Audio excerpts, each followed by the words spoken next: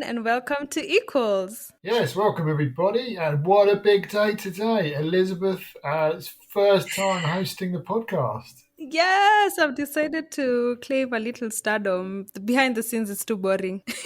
Yeah, trying to come out into the limelight, that's brilliant. And we just, thought it'd be good to liven up the podcast a bit, few less old men. But anyway, Liz, obviously you're our producer on the show, but can you perhaps tell listeners a bit more about yourself? Yeah, thanks, Max. So, my name is Elizabeth Jambi. I am a lawyer, advocate of the High Court of Kenya. I'm a human rights enthusiast, and I also run my own organization, Wakilisha Initiative, promoting access to justice for children in conflict with the law. So, that's what I do when I'm not here listening to you guys speaking all the time.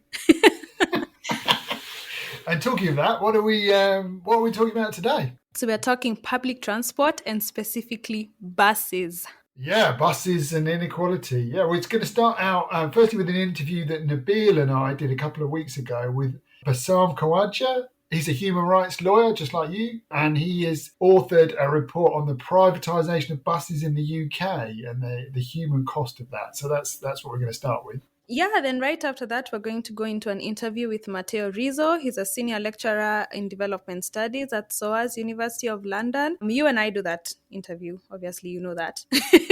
Yeah. He's lived in Dar es Salaam for 6 years and his Swahili is perfect. Wasn't it amazing? Wow. Honestly, wow. Absolutely pitch perfect.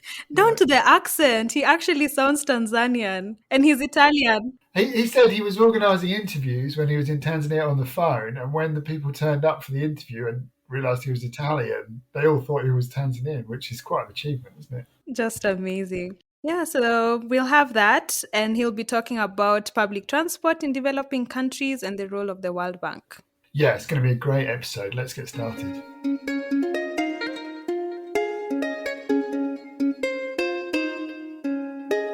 Welcome, Bassam, to Equals. It's great to have you on. Thank you for having me. Bassam, a very warm welcome. It's great to have you finally on, and I'm dying to ask an opening question. Now, you're based in New York. You're from the Middle East. You're Palestinian. You work on human rights. You've got this kind of legal background. What on earth led you to write about buses in the UK, of all places? Yeah, good question. It's a fair question, and one we got a lot in the UK, actually. So I direct a project on privatization alongside Rebecca Riddell. We used to work with Philip Alston when he was UN Rapporteur on Poverty, and we would do these country investigations where we would go in and see what government's policies towards poverty, how they're holding up on human rights. And over, we'd see this issue of privatization come up that wasn't well documented. There weren't a lot of people looking into it, but it had massive impacts. So when the UN mandate ended, we wanted to look in more detail into privatization and see kind of what the human rights impacts are, what is actually happening when these things get privatized. And the UK was the perfect example to start with. What do buses have to do with inequality then? What's the report showing us? So the report found that this is essentially a masterclass in how not to run an essential service. Buses aren't traditionally what we would view as a human rights issue. There's no technical right to transport, although there probably should be. But transport is essential to almost everything we do. And most human rights have some element of transport attached to them. And so, for example, if you need to get to work, if you need to get to healthcare, if you need to get to school, to education, all of that involves transport. And if you don't have a lot of money, you don't have a car, you can't afford a train, your only option is buses. And when the buses become incredibly expensive, when routes that you depend on get cut, that has a massive impact on you. Particular people like, refugees or migrants, older people living in rural areas. These are some of the people that are most impacted on buses, and the service they get is often very poor in the UK as a result of privatization. It's funny, I think of all the things that Mrs. Thatcher, I grew up blaming her for. And this is just one that I hadn't really... my wife's family they do live in a very rural area, so I was kind of aware of this, but it's not something I knew the history of. And you do a lot of kind of qualitative interviews, hearing people's stories. Perhaps you could paint a picture for some. What were some of the real life stories you heard, some of the real life impacts on people's lives of such a deregulated service? the impact is enormous. I mean, we spoke with Lee in Hartlepool, who right after the 2007 financial crisis lost his job because the bus route that he depended on was cut and he was no longer able to get to work. It took him years to find another job. We spoke with people who couldn't get to the hospital because they don't have a car, the hospital's a far way away, and they don't have a bus that gets them there in any kind of reasonable way. So over and over when we spoke with people, the fact that they had lived in a place where the route was cut had enormous impact on their life. Some people had to give up education, so stopped going to school or university. And that's just when routes are cut. I mean, there's a whole host of other things that happen. So imagine if you live in a place with a deregulated bus system, suddenly there are multiple bus companies competing with each other. They might change routes on a dime without really giving you any information about that. They will start charging you potentially more money. Buses have gone up enormously over the past several years. You might not know where the routes go because there's different timetables and maps for each company, and there's no one kind of primary resource that the local authority sets out that gives you that information. And so, far from being a more efficient or cheaper option, it's really been total chaos. And the only winners have been the bus companies, who for years have made pretty historic profits. And they're making these profits on the backs of people who often have very little or no other choice and are basically forced to use these systems that get worse and worse. Obviously, the reports about the UK, and it's a disaster. But have you been able to look at other countries, or maybe, I don't know, other bits of the United Kingdom that are doing things a bit better, and what's happened to improve things? I mean, is anyone doing anything right in this story? Oh, absolutely. I mean, so you have countries like Switzerland, Germany, and they have, a system of every village every hour. And so a bus comes in every hour to every village with more than 100 people or so. I mean, the difference is, of course, that it's not deregulated. It's either heavily regulated or publicly owned in a way that works for everybody. If you look within the UK, obviously London is the big example of what regulation can deliver, but there's also small places. Nottingham has basically a holdover system from the early days. It's a private company, but it's owned by Nottingham. They're able to reinvest profits into the system. It's an award-winning. I love the way you say Nottingham. I'm really enjoying that. Wait until I say Glasgow. Yeah. So, I mean, Edinburgh, Reading, these are all places where you have not technical public ownership, but they're private companies owned by these local authorities, and they run far better than most of what we've seen in the privatized and deregulated space. Yeah, I think in Oxford, we have the Oxford Bus Company, which is similar. So I think there are some holdovers, but yeah, as you say, like in lots of places, it's a disaster. What would you say if you were in charge of the buses in Britain tomorrow? What would you do? So we're calling for a few different things.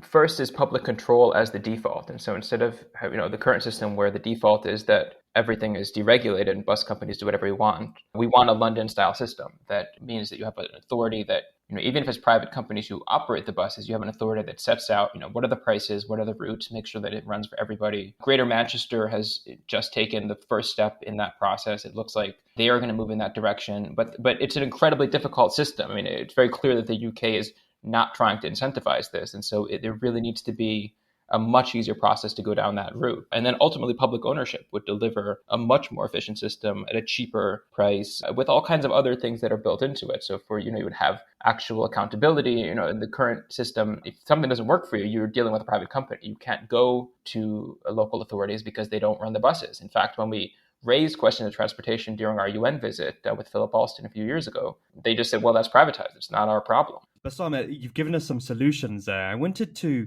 just close out with a question because you mentioned something really interesting earlier in this interview when you spoke about the human rights side of things. And it's funny because when we think about human rights, the mind for many people will switch to, extrajudicial killings, enforced disappearances, and these kinds of issues. And yet you are talking about a different way of talking about understanding human rights, and you're talking about economic rights. Is there a wider project here, Bassam, to almost reclaim economic rights? Because it feels to me at times that there's almost been like a neoliberal capture of human rights itself. Historically, there's obviously been a lot more attention on civil and political rights. I mean, one of the things we're trying to do is to raise the profile of economic and social rights, things like the right to housing, the right to work. Clearly, transportation, heavily affects things like your ability to get to work, your ability to go to a protest, your ability to go to a religious center. Everything that you might do involves transportation. And if you cut off transportation, you limit people's access to their rights. And so we need to have a much more broader conception of what these rights mean. And ultimately, it's not acceptable to leave something so vital to the private market. I'm convinced. I remember a Norwegian ally friend of mine years ago, he was complaining that they'd privatised the cinema in Norway, and that was a The disaster. cinema.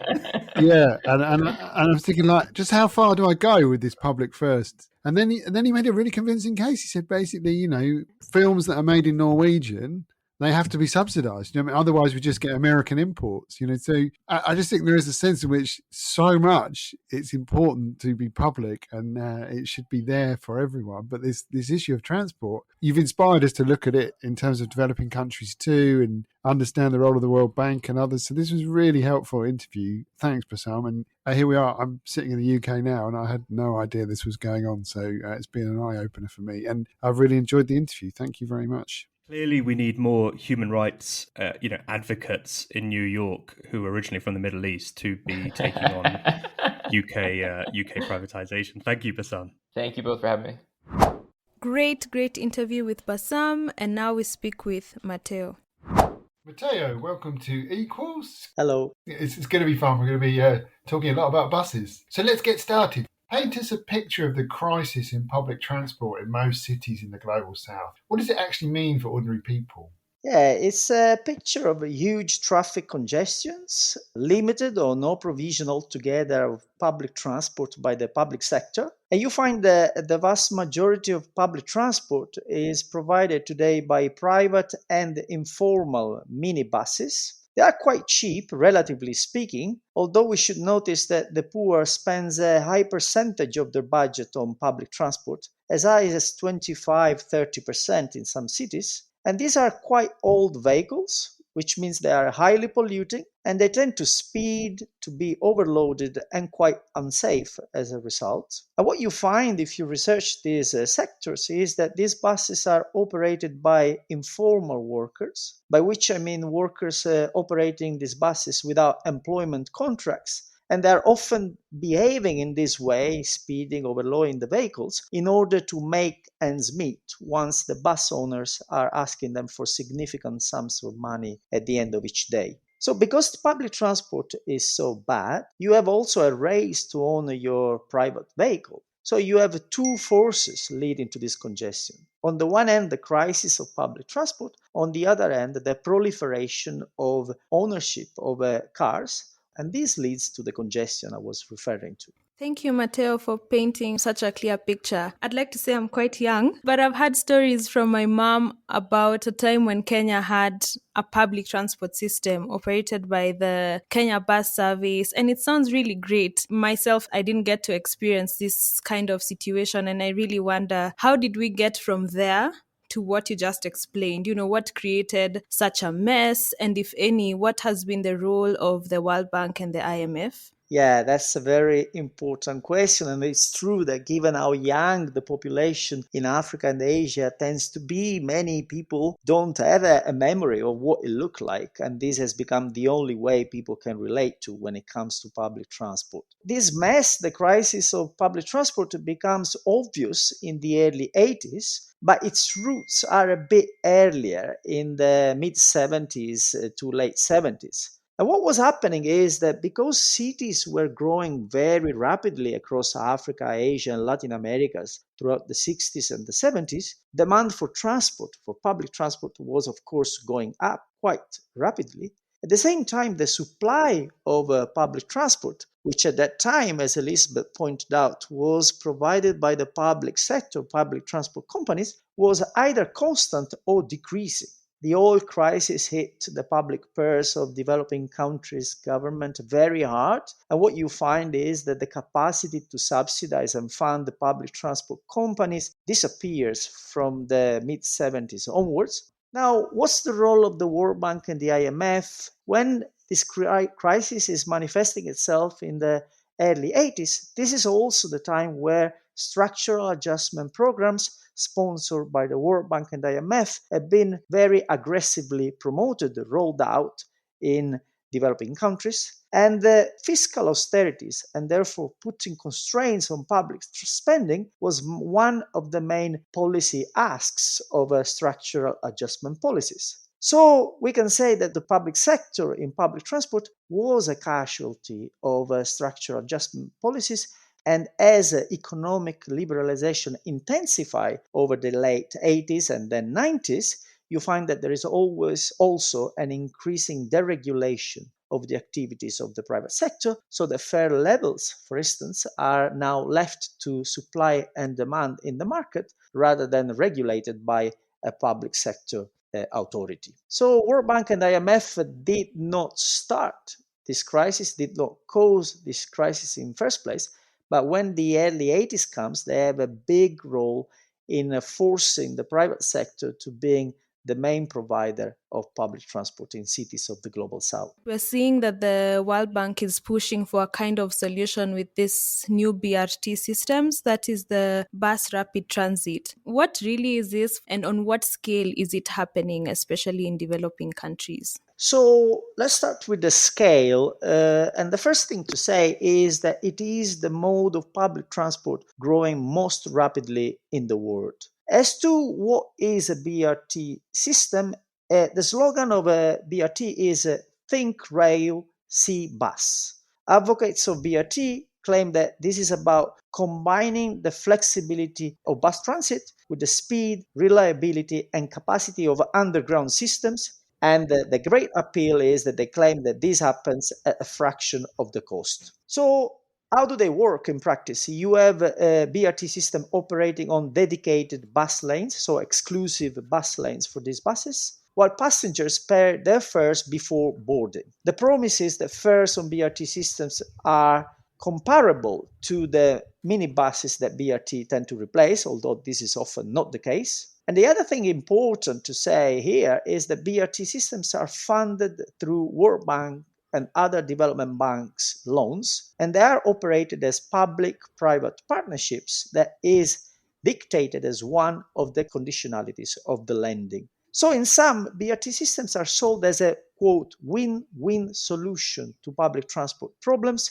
that benefit once the economy, because you address this congestion, the environment, because they are greener than the old minibuses that they replace, and the poor, because they claim that the fares are comparable to the minibus system that they replace. I'm no expert on public transport, but I certainly lived in Nairobi and saw the absolute insanity and the danger that poor people have to face every day with these minibuses. This bus thing sounds really good, Matteo. I mean, I hate to say it sounds like the World Bank is doing something good for once, but you've been really critical of it. Could you maybe go a bit more into why you think it's not really the great solution that it sounds like it is? Yeah, of course, you're right. I'm extremely critical of BRT systems. I suppose the main issue is that this rosy picture, this win-win scenario that is described by its advocates is a big lie, really. So let's start from fare levels. They are higher than pre-existing minibuses tend to charge, and this, of course, has very dire and implications on the capacity of the poor to access these revamped public transport systems. Second, BRT systems are promised to be financially self-sufficient once the implementation starts, because the narrative says that you have private companies who have enough readership to be able to sustain themselves. But again, once implementation starts, you find that BR systems require public subsidies, and that is problematic because the minibuses system that they replace were operating without benefits. Also, we should point out the employment implications of these BRT systems. When you move from minibuses, which are typically 20, 30 seaters, to buses that are 150 seaters, you are killing, on average, 5, 6 jobs out of 7 in the public transport. Last but not least, as I said, BRT systems are operated through loans. And as a result of that, the public sector undertake huge debts to repay these loans. If today you are put in charge of the World Bank, and you're not going for anyone's job, are you? But if today you were put in charge of the World Bank, what would you be proposing instead to end this crisis? Okay. The first thing I would say is let's not start by assuming that BRT is the solution to public transport problems. Let's have a genuinely wide canvas and let's explore the costs and opportunities of a wide range of interventions. For instance, what is the cost of boosting the recapitalization of the current minibus system with finance to help the transition to larger and greener buses that are better than the current 20, 30 seaters seen in most of these cities, but maybe without jumping to 150 to 100 seaters given the employment implications that there are. This will have important costing implications because the road infrastructure will be cheaper. You don't need to build this kind of a tarmac to sustain the weight and tonnage of a 200 or 150 seaters. You will have a different outcomes in terms of employment intensity. You will have also a different outcomes in terms of capacity to incorporate pre-existing operators into the system. Second, I think I would be very upfront that when you intervene in public transport, you have two conflated development problems. One is how do you move people around in a city? What is the most efficient way in terms of transport? But there is, as I said, an issue of employment. What are the trade-offs between different types of public transport, between increasing the size of buses and the speed of travel and destroying jobs? Can we help city authorities to make an informed decision about these trade-offs rather than bulldozing, going forward with BRT as this win-win solution when we clearly know that this is not a win-win solution? So, I mean, ideally, you could have them publicly owned. You could have, I don't know, maybe two classes on the bus, very, very cheap tickets for the poorest. There's things they could at least think about that would improve things. But ideally, you don't want cities to go down this route in the first place if they possibly can do something different. I think that's very clear. Another thing to say, let's think about BRT systems in conjunction with the private car use that is taking place in parallel, right? Because we have these two lanes where BRT buses are operating, and alongside that, the two lanes where private cars are circulating. What is striking is that there is no attempt to decrease the use of these private cars, and they are clearly the main cause of congestions rather than the minibuses themselves. Playing devil's advocate then, Matteo, isn't it Of better course.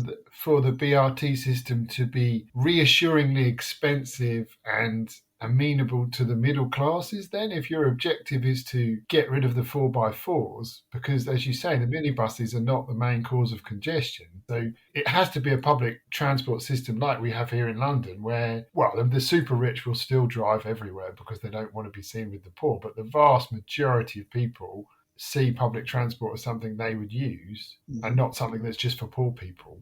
And can I add on to that? Because obviously the current transport system still has its flaws. How then are we working on the flaws of the current minibus system?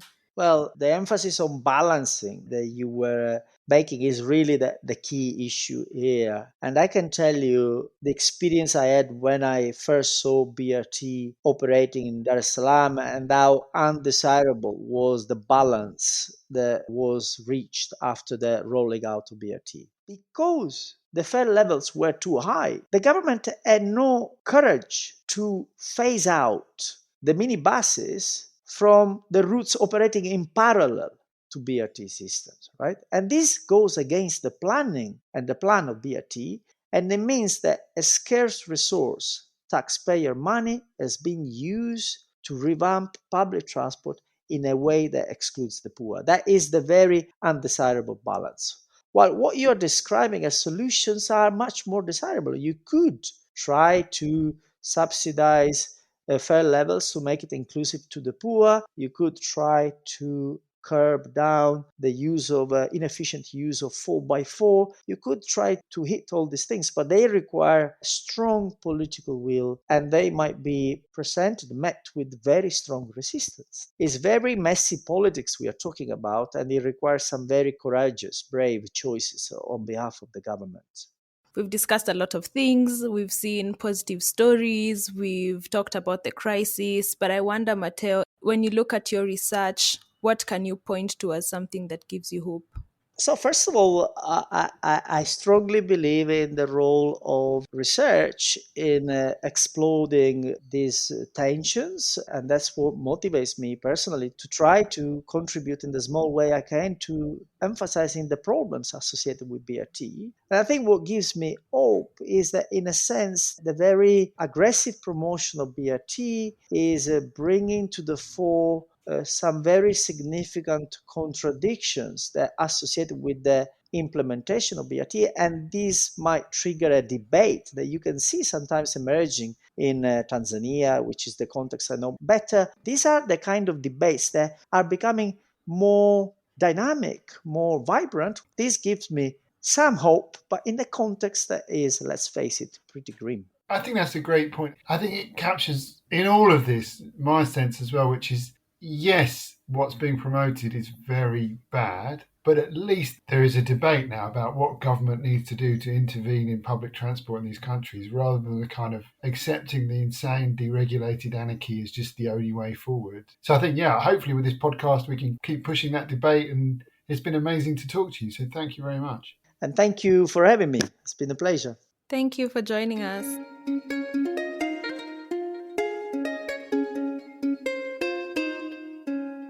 Wow, Max, who knew buses were so interesting? Yeah, I know, buses. And also so just fundamental to people's human rights. You know, I've never thought about it like that. I really, really loved that angle. And the whole time I just kept thinking about my mom. Yeah, your mum, she uses public transport a lot, doesn't she, in Nairobi? Yeah, so she uses we call them matatus here, which is basically the minibuses we've been talking about. And it takes her about 4 to 5 hours a day in transit. Yeah, like 2 hours in the morning, 2 or more hours in the evening. So she has to, one, leave very, very early if she wants to, avoid And this traffic. is just so people can see, this is literally just to cross Nairobi, isn't it, from one side to the other? Yes. I asked her and we were trying to do the math, just trying to see how much of her salary goes into transport. And it was about 35%. And sometimes it goes over. That's without factoring in if it rains, definitely fares immediately hike. If there's construction on the road, which is like every day these days, fares will hike again. So we are talking 35 to maybe even 40% sometimes of her salary will go just to transport. That is nuts. And on top of that, her employer has this clock-in system. So every time you get to work, you have to clock in that I got in at this particular time. So they have to get in by 8. If you're any later than 8:15 a.m., then you lose that hour, and any hour after that until the time that it shows you got into work. So not only is she losing time, a lot of her salary is going into transport, but if she's late, despite waking up early and doing everything she did to do, she's also going to lose out on her wages. Like, that's almost every other Kenyan's reality. Transport is going to cost you massively. It's huge. And as Bassam, in his interview, it was really interesting how this kind of anarchy of privatization, of liberalization, also hurting people in the UK, the elderly, the poor, unable to get to hospital appointments, feeling isolated. And as you say, spending, I mean, not the same, not 35, 40%, but still paying very high prices on very low incomes. So a real connection between the kind of reality in developing countries and these kind of privatized systems in the north as well. It was, as you've said, very interesting to know that people are also suffering in these developed countries. We've seen these new bus systems, these BRTs that are being suggested as a solution. Matteo doesn't agree at all that they are a solution, but Max, I sensed that you don't quite agree with Matteo. So could you share a bit more your thoughts on that? I mean, I wouldn't say I disagree with him. I just think they could be made to be a lot better. You know, ultimately the idea of having a rapid bus transit system that really reduces the amount of time that people need to get to work. So imagine your mum. Imagine it only took her half an hour to get to work instead of an hour and a half, 2 hours. I mean, that would be amazing, wouldn't it? Yeah, wow. But where I agree with him is, you know, having them run by private foreign companies, charging much, much higher prices. This is classic World Bank. You know, a really good idea, which is a public bus system, is undermined by their kind of neoliberal model of doing things, which is always contracting out, using these private companies, and loving these kind of big infrastructure projects. So I do get his point, and I do agree that other cities that haven't done this should be thinking about other ways of doing it. But I also think for those cities that have these bus transit systems, there should be a big fight to make them free for the poor, to subsidize them, so people like your mum get to use them, basically.